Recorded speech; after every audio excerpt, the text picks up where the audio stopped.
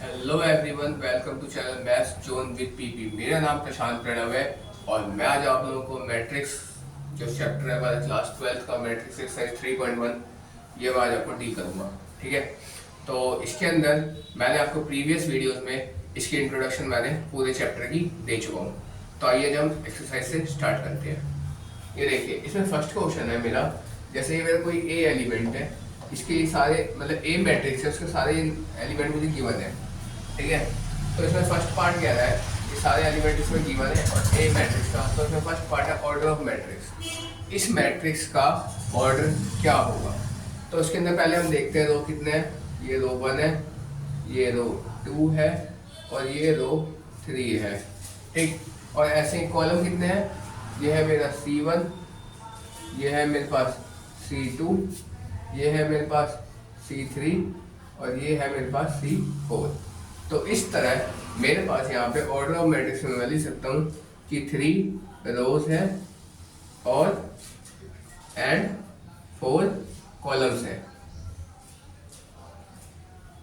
ठीक है, तो यानी हम इसको लिख सकते हैं 3/4 के ऑर्डर में ये है। ऑर्डर ऑफ मैट्रिक्स क्या है इसका, 3/4।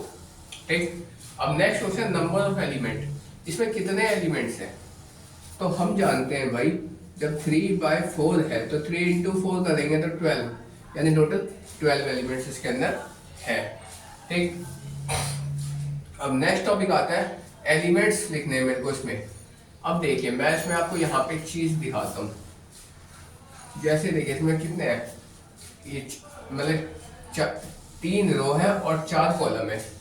तो इसका इंडिविजुअली नाम, जैसे इसमें मैंने 1 3 लिखा हुआ है, यहाँ पे 2 1 है, यहाँ पे 3 3 है, 2 4 है या 2 3 है, ये कैसे आया वो मैं आपको यहाँ पे करके दिखाऊंगा। ठीक, जैसे देखिए यहाँ दिखाता हूँ मैं आपको। जैसे ये पहला एलिमेंट है तो उसको A11 कहेंगे, दूसरा एलिमेंट है A12 कहेंगे, तीसरा एलिमेंट A13, चौथा एलिमेंट A14 है। ठीक, अब देखिए अगला नेक्स्ट में आता है सेकेंड रो का, तो A21 आएगा, A22 आएगा, A23 आएगा और A24 आएगा। अब थर्ड रो में आएंगे तो A31, A32, A33 और A34।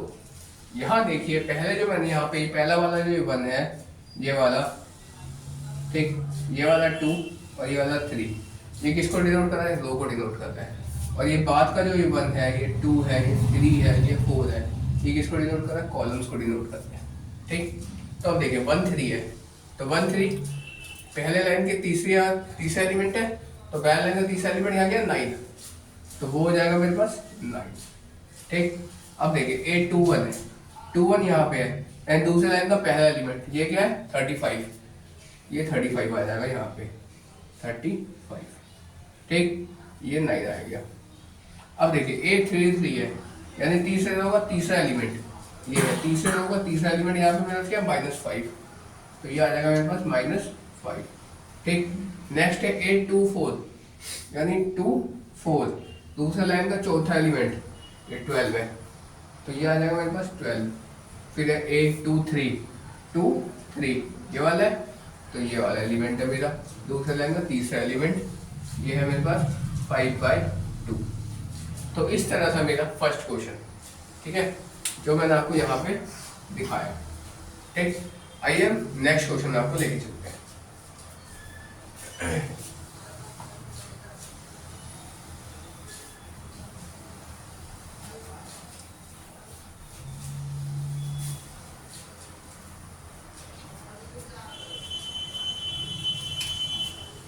सेकंड क्वेश्चन है,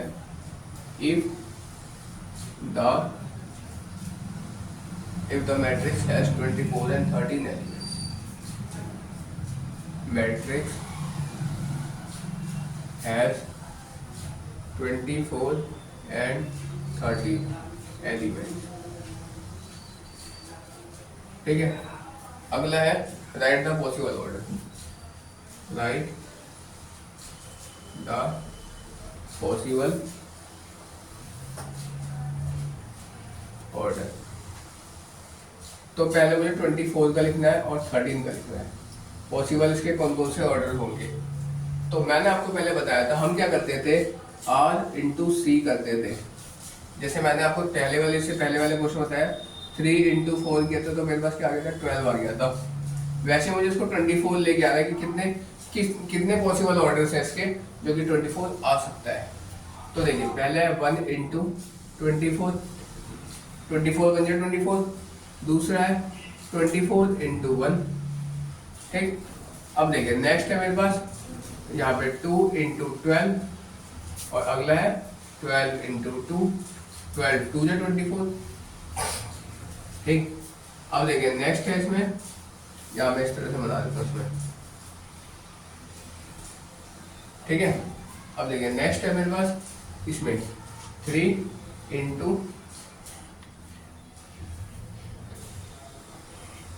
8 आएगा 24 का। और इसमें नेक्स्ट आएगा 8 इंटू 3 आ गया। ठीक है, उसके बाद 4 इंटू 6 और नेक्स्ट आएगा 6 इंटू 4, यहाँ पे 4 आएगा। ठीक है, तो ये सारे इसके पॉसिबल ऑर्डर थे 24 के। ऐसे ही आप 13 लेते हैं 1 इंटू 13 या 13 इंटू 1। ठीक है, तो जिस तरह मैंने सेकंड क्वेश्चन बताया इसी तरह सेम आपके इसमें थर्ड क्वेश्चन में है आपको 18 और यहाँ पे 5 के ऑर्डर पॉसिबल ऑर्डर आपको यहाँ पे लिख के दिखाने हैं। ठीक है, ये मेरा थर्ड क्वेश्चन है, बिल्कुल सेम है ये सारा कि if the matrix has 18 and 5 element right the possible order. तो यहाँ पे आपको 18 का और यहाँ पे 5 का आपको निकाल के दिखाना है। ठीक है, यहाँ पे देखिए मैं आपको करके दिखाता हूँ 18 और 5 का। यहाँ देखिए 1 इंटू 18, दूसरा है 18 इंटू 1। ठीक, नेक्स्ट है 2 इंटू 9, अगला है 9 इंटू 2, नेक्स्ट है 3 इंटू 6 और नेक्स्ट है 6 इंटू 3। ठीक है, ये सारे इसके 18 हो गया। अब 5 का निकालना है 1 इंटू 5 और नेक्स्ट है यहाँ पे नेक्स्ट है इसका 5 इंटू 1। ठीक है, तो ये सारा मेरे पास सेकंड भी हो गया और थर्ड भी हो गया। ये तो नॉर्मल क्वेश्चन थे मैट्रिक्स के। अब हम इसके मेन क्वेश्चन में आपको लेके चलते हैं कि इसमें जैसे क्वेश्चन होता है कि कोई गिवन मैट्रिक्स में ABCD की वैल्यू निकालो, XYZ की वैल्यू निकालो, तो उस तरह के क्वेश्चन में हम आपको लेके चलते हैं। आइए,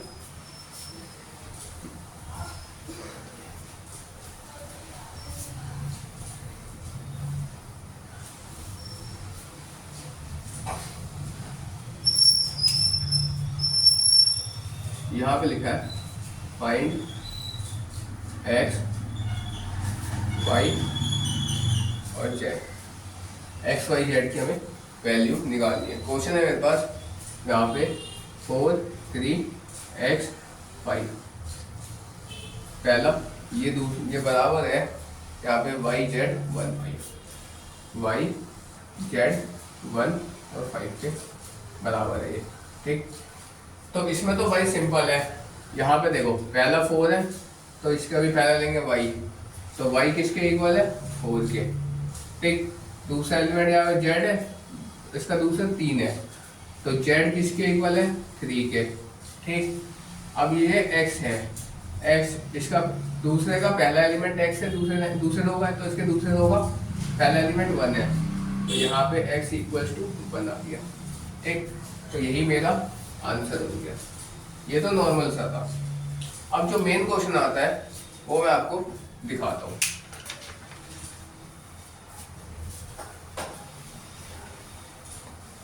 इसका सेकंड पार्ट, ठीक है, फोर्थ का सेकंड पार्ट। इसमें देखिए सेकंड पार्ट में x plus y 2, x plus y 2 और यहाँ है 5 plus z y, 5 plus z x y. ठीक है, ये इक्वल हो जाएगा 6 2 5 8, 6 2 5 और 8। ऐसा कुछ हमारे को दिया हुआ है यहाँ पे, ठीक है। तो हम इसको सोल्व करेंगे। तो यहाँ देखिए, यहाँ मेरे को लिखा है x plus y is equal to, ये किसके इक्वल है 6 के, तो यहाँ पे बराबर 6 लिख देंगे। अब हम इसको इस इक्वेशन के जैसे हम सोल्व करते थे उस तरह हम इसे सोल्व करेंगे।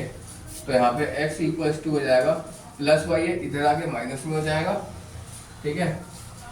तो यहाँ आ जाएगा 6 माइनस वाई, ये इक्वेशन फर्स्ट मान लिया, ठीक। अब दूसरी वैल्यू है एक्स वाई की है, एक्स वाई इक्वल टू 5। अब हम इसको लेते हैं पहले, ठीक है। यहाँ पे देखिए x y is equal to 5। अब ये x की वैल्यू इस वाले में हम पुट कर सकते हैं, ये इक्वेशन सेकेंड है मेरे पास। तो यहाँ लिखता हूँ मैं put the value of x in equation 2, ठीक। अब यहाँ है x y is equal to 5, ये लिख लेते हैं एक बार। अब ये देखिए ये वैल्यू है x की जगह क्या है 6 माइनस वाई, तो x की जगह पे हम 6 माइनस वाई और यहाँ पे y is equal to 5 multiply में लिख देंगे, ठीक है। उसके बाद अब हम इसको सॉल्व करते हैं। तो 6 को y से करें तो 6y माइनस वाई स्क्वायर, ठीक है, इज इक्वल टू 5।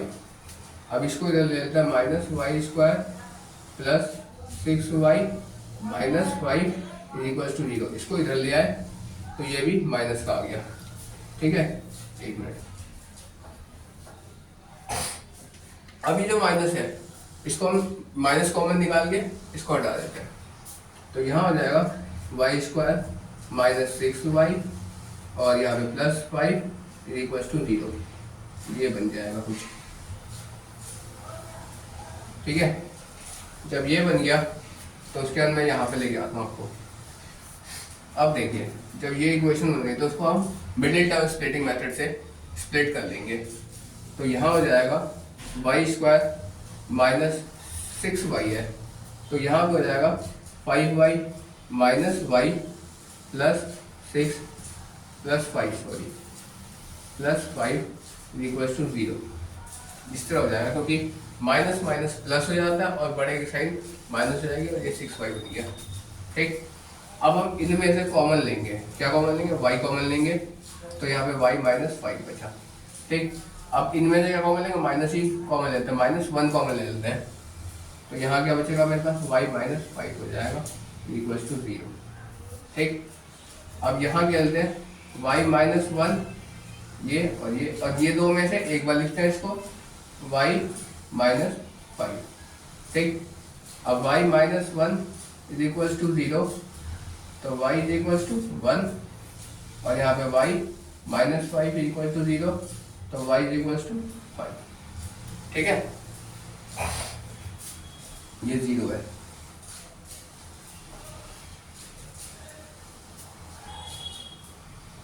उसके बाद देखिए जब ये दो वैल्यू आ गई y की और यहाँ पे अब हम इस दोनों वैल्यू से इस x की वैल्यू को फाइंड करेंगे, ठीक है। तो ये देखिए इस वाले इसमें पुट करेंगे, पुट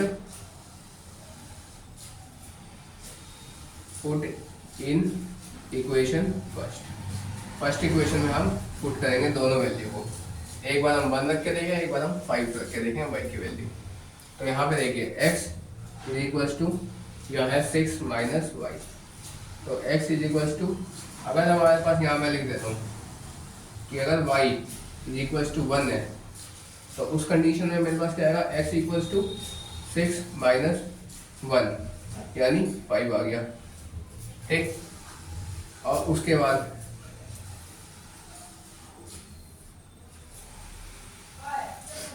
मैं यहाँ से यहाँ पे आया, यहाँ से मैं यहाँ पे आया था, फिर यहाँ से यहाँ पे आया, ठीक। अगर हमने 1 रखा y को तो x मेरे पास 5 आ गया। अगर हम उसको y को अगर हम यहाँ रखते हैं y इज इक्वल टू 5, तो यहाँ पे x is equal to 6 minus y था यानी 6 माइनस 5 आया यानी 1 आ गया, ठीक। अब देखिए यहाँ पे मेरे पास x की भी 2 डिफरेंट वैल्यू आई और y की मेरे पास 2 डिफरेंट वैल्यूज आई। अब मुझे क्या निकालना है, z निकालना है, ठीक। तो हम z निकालने के लिए करते हैं 5 plus Z is equals to, ये 5 प्लस जेड लिए तो ये वाला 5 लेंगे, ठीक है। अरे सॉरी, ठीक है। तो 5 प्लस जेड इक्वल्स टू 5 लेंगे। तो यहाँ पे ये देखिए, यहाँ हो गया जेड इक्वल्स टू 5 माइनस 5, ठीक है। तो जेड इक्वल्स टू हो जाएगा 0, ठीक। अब देखिए यहाँ पे तो therefore x is equals to यहाँ पे आ गया, अगर एक्स मेरे पास यहाँ पे 5 है तो उसका वाई क्या है मेरे पास 1 है, और जेड क्या है मेरे पास 0 है, ठीक। अगर दूसरा कंडीशन क्या है कि अगर मेरे पास एक्स 1 है, एक्स इक्वल्स टू 1 है, तो वाई क्या है मेरे पास 5 है, ठीक है, और जेड क्या है मेरे पास इस कंडीशन में भी 0 है। तो यहाँ दो अलग अलग वैल्यू हमारी बन रही है एक्स वाई एंड जेड की, ठीक है। तो इस तरह मेरा ये एक्स वाई जेड का क्वेश्चन सॉल्व होगा, ठीक। आइए हम नेक्स्ट क्वेश्चन में इसमें लेके चलते हैं आपको, वो थोड़ा इससे डिफरेंट है।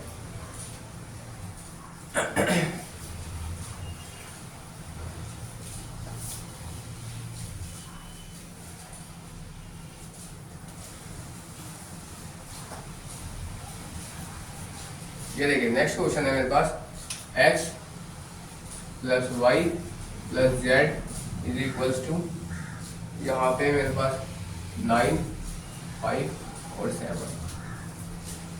यहाँ क्या है x प्लस वाई, और यहाँ क्या है y plus Z, x plus z है, सॉरी यहाँ पे x प्लस जेड है। एक मैट्रिक्स हमको ये दिया हुआ है और एक मैट्रिक्स हमको ये दिया हुआ है। जब इस तरह का क्वेश्चन आएगा तो हम उसको कैसे सॉल्व करेंगे, जहाँ मैं आपको दिखाता हूँ, ठीक है। तो एक बार करते हैं, हम पहले x plus y, x plus z कर लेते हैं। यहाँ भी लिखते हैं x plus Z is equals to 5 है, इसको इक्वेशन हमने फर्स्ट मान लिया, ठीक। तो x क्या हो जाएगा, x नहीं जेड, जेड इक्वल्स टू हो जाएगा, जेड को हम रख लेते हैं यहाँ पे क्योंकि हमें इसमें वैल्यू पुट करनी है। तो हम जेड की वैल्यू निकालेंगे, फिर हम वाई की निकालेंगे, फिर हम सोल्व कर दें आगे। तो जेड इक्वल्स टू रखे हैं 5 माइनस एक्स कर देंगे, ठीक। ये इक्वेशन ये जो आई इक्वेशन, ये मेरी फर्स्ट इक्वेशन हो गई। इसी तरह सेकेंड है Y plus Z is equals to आ गया,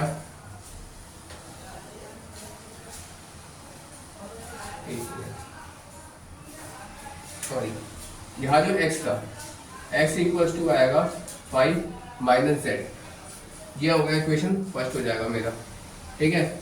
अब यहाँ पे y प्लस जेड है, y plus z equals to क्या है 7 है, ठीक।